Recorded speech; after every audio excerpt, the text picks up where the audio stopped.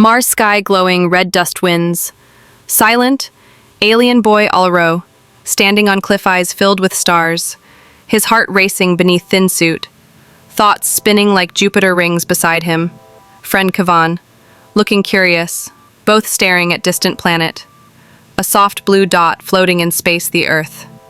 They whispered stories they heard from an elder. Tales of oceans, trees, birds, songs they never heard before. Alro turned to Kavan and asked, "Do you think water feels warm? Do you think trees really dance in the wind?" Kavan laughed, said, "I only know dust and ice. Maybe trees are just tall myths." They walked through crystal fields under the dome of Martini, cold and glowing with ancient energy. A map hovered in the air, spinning. Mars, its real name, Ares Terra, showing valleys, dried rivers, mountains taller than dreams. Alro touched the image, whispered, "Vallis, Marinaris, once had water." Kavan replied, "Yes, they say. Ice sleeps under our feet.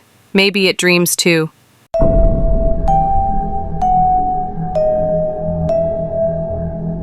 Earth was green skies wide and blue rivers that sang, mountains that whispered names to the wind, but not all was beautiful. One night he landed by mistake in a place called New York, city of light and shadow. He hid behind a water tank in the corner of a house. Metal walls, cold, his breath quiet. The stars were hidden, sky covered in smoke. He saw a cat eating from a metal plate, meat soft and smelling strange. He was hungry, his bones thin from dust and space, hunger bigger than fear. He crawled slowly and reached for the food. The cat looked at him, hissed, and ran away. Food spilled on the ground. He moved closer, looked into the plate, but then he saw them.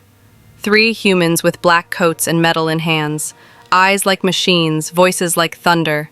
They were not feeding anyone. They were hunting. They entered the house quietly. He followed with care, watched from a dark corner. They spoke in strange tongue, kicked open doors, pulled people out. A mother, a father, a child, shaking in fear. He wanted to stop watching. He wanted to leave. But his legs forgot how to move. They took money, they laughed, they broke things, then one raised his weapon towards the boy. The Earth boy, small, scared, he screamed, but no one heard. Alro gasped when he saw the flash. When he saw the boy fall like a paper in wind, his heart cracked like frozen lakes on Mars. He made a sound without meaning. They heard him, turned towards him, but fear made him fast and silence made him invisible. He ran. He never stopped running, he said. That moment shattered every dream of Earth being paradise. Every leaf turned dry, every river poisoned in his eyes. He said that night turned beauty into horror. Alro stares at the blue dot again, says, "Maybe Earth is beautiful for those who belong.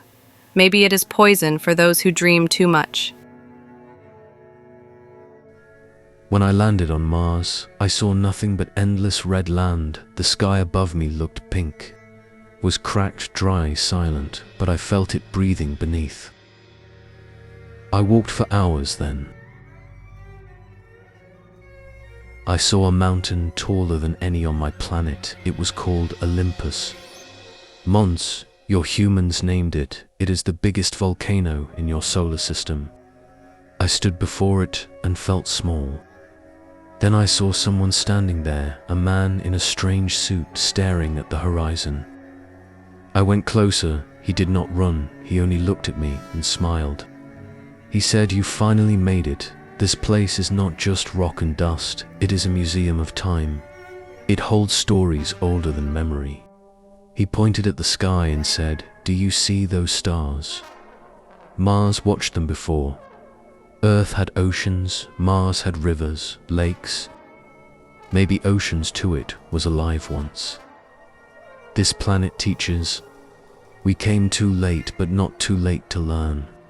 He picked up a stone and said, "Mars remembers, and maybe Mars is waiting for us to remember too."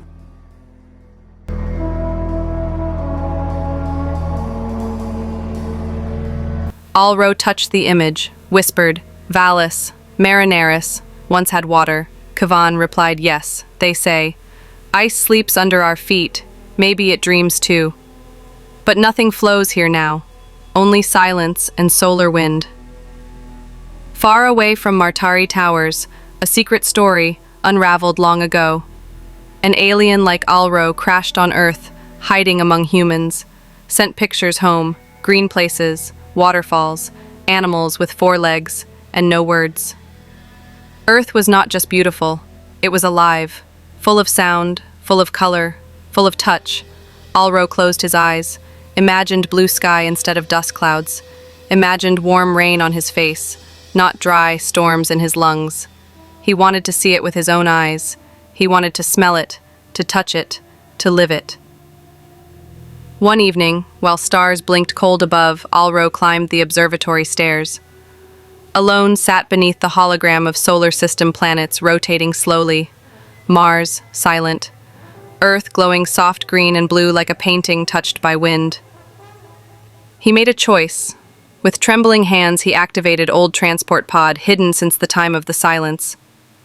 He looked back once last time. Martari was home, but Earth was calling. As he launched a burst of light, cut the red sky open, silence broke with thunder, of dreams flying. Next episode, will Alro survive the fall or turn into Earth pizza? Answer below. How would you pack lunch for a 140 million mile journey?